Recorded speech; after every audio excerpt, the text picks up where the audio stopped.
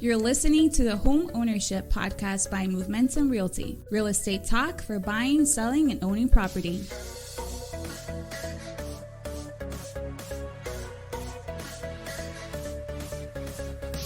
Hey guys, Sean Patrick Maloney here, broker owner of Movementum Realty, located in Hanover, Massachusetts.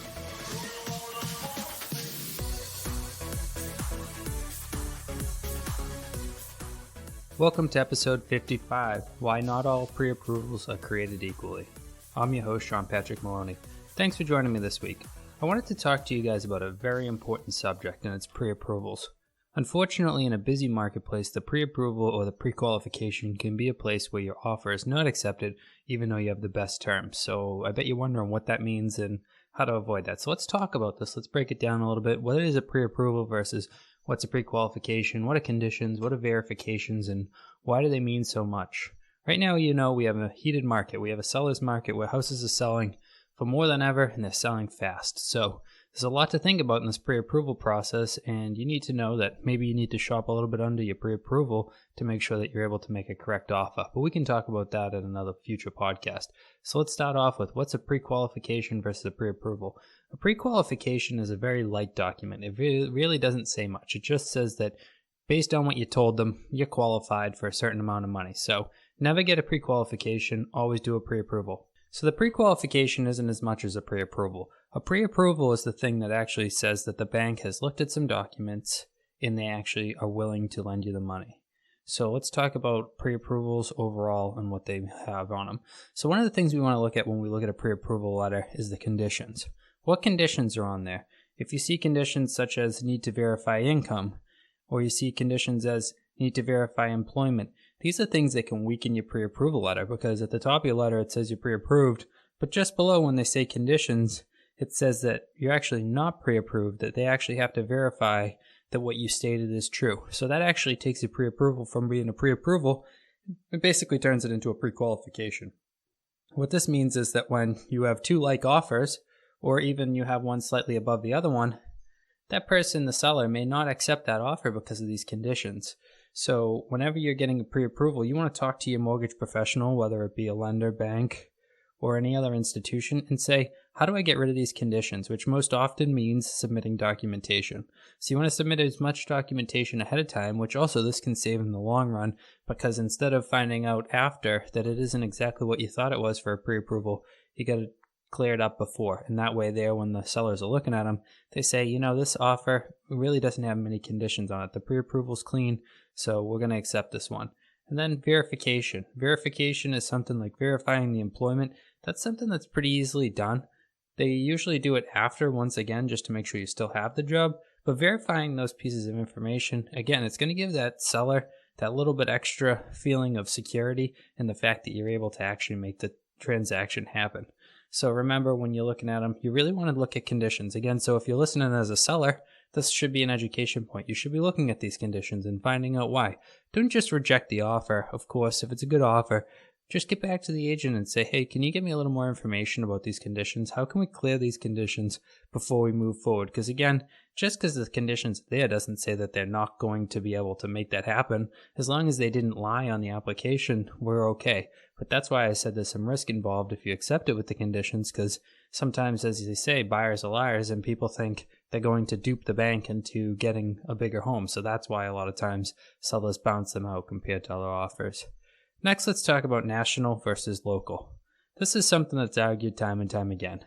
With all these different things from Rocket Mortgage all the way down to a Bank America Mortgage, Navy Federal Credit Union, not going to pick on one group or any group, but these larger institutions, the national brands, they tend to be a little harder to deal with. Why? Because you have to call in on 800 numbers, because people go on vacation and leave files behind, because they go home from 9 to 5, they work, and then they're out. Lots of different things like that, which can be really challenging in a transaction. Whereas lots of times when you work with a local lender or a local bank or any other local professional, they actually give you their cell phone number and they're ready at a moment's notice. What this means for you is, as a buyer, when you want to make an offer on Saturday morning on a house that just came on the market, they're able to get you that pre-approval letter out, made out for the house that you're doing right then. And they also, a lot of times, are willing to reach out to that seller and confirm, yes, I've talked to this person. Yes, they're condition free. Yes, I've verified everything. and they're ready to move forward, whereas some of the national brands do things a little bit differently. Take, for instance, even a veteran's loan.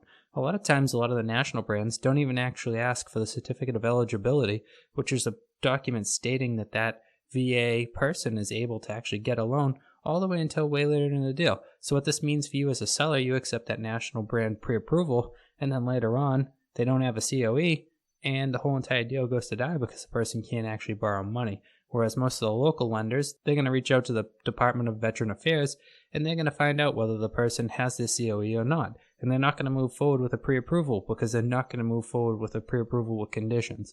So if you are accepting a VA loan, remember that's a condition you want to look for. Have they verified that COE yet? So again, not to get off track, but you just really, these local lenders and local banks, they're much more on top of it, and they're able to have a better communication, which overall, communication is key. Now, mind you, rate is very important because rate is the amount of money that you're actually paying them back. And I think that's one of the attractions a lot of times of the national and larger groups. But when you're looking at rate, you got to remember that's not created equal either, because their rate may be low, but they might be hitting you with servicing points. So they may be hitting you with more fees, closing costs, attorney fees, all the different fees that go in. And if you remember right, most people don't live in a house for the next 30 years, and they end up either refining it if they stay, or they end up actually selling the home and moving on. So when you're looking at your interest rate versus your closing costs and all that, you have to do the long-term projections of how long will you be there and how much is it going to cost you. So again, that pre-approval might say that you have a lower rate on it, but it doesn't mean that you're necessarily going to pay less money in the long run, because that lower rate, you may have paid points, you may have paid a lot of different things. So when you're looking at the pre-approval, you want to look at the costs. And that's one of the things that the lenders and mortgage professionals, honestly, I can say are pretty terrible about. They really don't tell you how much you're going to owe them at the end. They make you ask and beg and plead and go. So what you want to do when you get these pre-approvals is talk to the person that's servicing your loan and say, how much is it actually going to cost me? What kind of outside costs are there? How flexible are they? And I guarantee you, when you ask this question, they're going to go, well, there's a lot of variables. Well, tell them, hey, my variables are this. I'm buying in this town at this price range. So let's close some of these variables down. And even if you're within 1,000 or 2,000, please don't be off by 5,000 or 10,000, because I don't have that type of money. So when you get that pre-approval, make sure you reach out. And us as real estate agents and real estate brokers, what we do is when we get that pre-approval, we're going to reach out to your bank. And we're going to find out those informations for you as well. But you can't just rely on us. You should know as well. Think about this. You want to think that your mortgage professional aligns with your agent so that they have good relations. Local people tend to have better relations with agents than national. A lot of times working as a real estate agent, I can tell you I call a national brand, and I'm just making it up, but they say, okay, your loan number 165325541, versus when I call a local lender, they're like, hi, Sean. Oh, yeah, your client, Brian over there, yeah, he's a great guy. I got everything. And they know the file. They know the name. Whereas at a national lender, they're like, hold on, let me type it in my computer. Okay, let me shift you to that department. Oh, wait, that person's out. Someone's covering their desk. Oh, they don't have your emails because they don't have access to that person's emails till they're back. And it ends up a disaster, especially in a fast-paced market. We're in a market now where when you come in, you got to be ready to make an offer. You got to be able to get that pre-approval letter. So you want to make sure you have copies of the pre-approval letter at multiple different increments of pricing. Because when you're going to put it in an offer, you don't want to put in an offer that says I'm only giving you $350, which is under asking price, but I'm capable of asking price because I have a pre-approval over here at $400. Because the seller's going to feel like you're holding back money on them. So you always want to have the pre-approval match what the offering is and slightly move the pre-approval up as you go. Now, sometimes you want to make an offer, you're making an offer above asking, and you want to show that you're well qualified.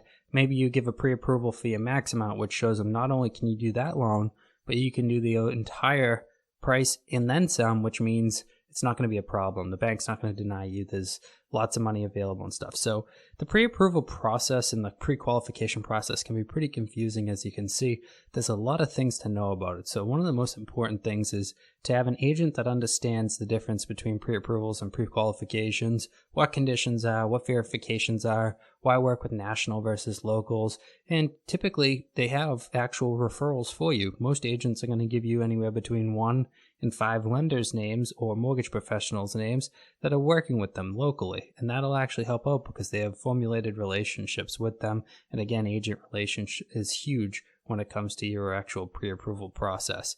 Overall, in the pre-approval process and pre-qualification process, Movementum Realty really prides ourselves on the fact that We have agents that are absolute experts at this. We have training all the time. We actually bring in lenders, mortgage professionals, bankers, and we learn all about the different programs they have. We learn all about how they service them, and we formulate those relationships you need. Here at Movementum Realty, we call our agents Move Mentors because they actually mentor you on the moving process. And part of that mentorship is making sure you understand the pre-approval versus pre-qualification process. If you're looking for a great mortgage professional, feel free to reach out to one of our Move Mentors and they'd be able to set you up with the right one that'll work for your situation.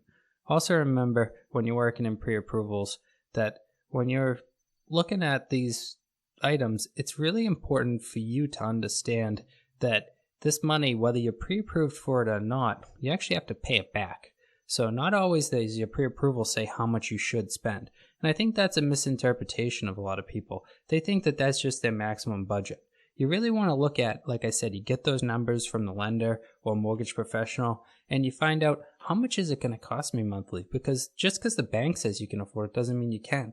Are you willing to eat ramen noodles or do you want to travel? Do you want to have a car? Do you want to have a gym membership? These are things we can only look at our own monthly budget. So when you're doing the pre-approval process, I would say run the numbers at several different levels and look, how much is it going to cost me each day to have this home? And again, in past podcasts, I've talked about the outside costs of a house, such as driving to work, childcare because you're gone away, belonging to different gyms, the cost of food in the local area, how much does gas cost? So when you're looking at all these things, the pre-approval and which one you're going to move forward with, it's really important to get that full understanding of how much is it going to cost you. And again, your pre-approval should not be your budget. It should be a known number that's the most the bank will give you, but how much will you give yourself? Where can your budget fall in? And if you follow that, I think you'll find a lot more success in owning your home. When getting a pre-approval, another thing that I found very interesting that's becoming more common lately, some of the new mortgage professionals actually give you a login to a portal where you can create your own pre-approval. I thought this technology is pretty cool because it says your max budget. You can't go over it, but anything underneath it, you can actually create your own pre-approval. These are pretty neat because when it's on the weekend and you can't get a hold of anybody, you simply just go on the website, type it in, and you print your own pre-approval. Again, it won't let you go over your max budget, but it will let you go anywhere underneath that, which means you can create a pre-approval for every offer. Because as I said before in this podcast, it's really important that whatever you're putting in for an offer should really match your pre-approval unless you're trying to verify that you can more than afford it because you're going over asking and you really want them to feel security. So I hope this helps you overall understand a pre-approval, and as I said, reach out to us. One of our Move Mentors would love to teach you about this as well as set you up with some of our referrals. We have a great network of lenders, everything from VA specialists all the way down to 203K and all the different types of loans. I could talk your ear off about types of loans, but we're going to do that on a future episode. I look forward to working with you. Thank you for listening this week. Movementum really looks forward to working with you. If you have any questions, comments, or concerns about the podcast, feel free to reach out to us through DM, PM, phone calls, whatever works best. Thanks for listening this week, and I look forward to talking to you next week.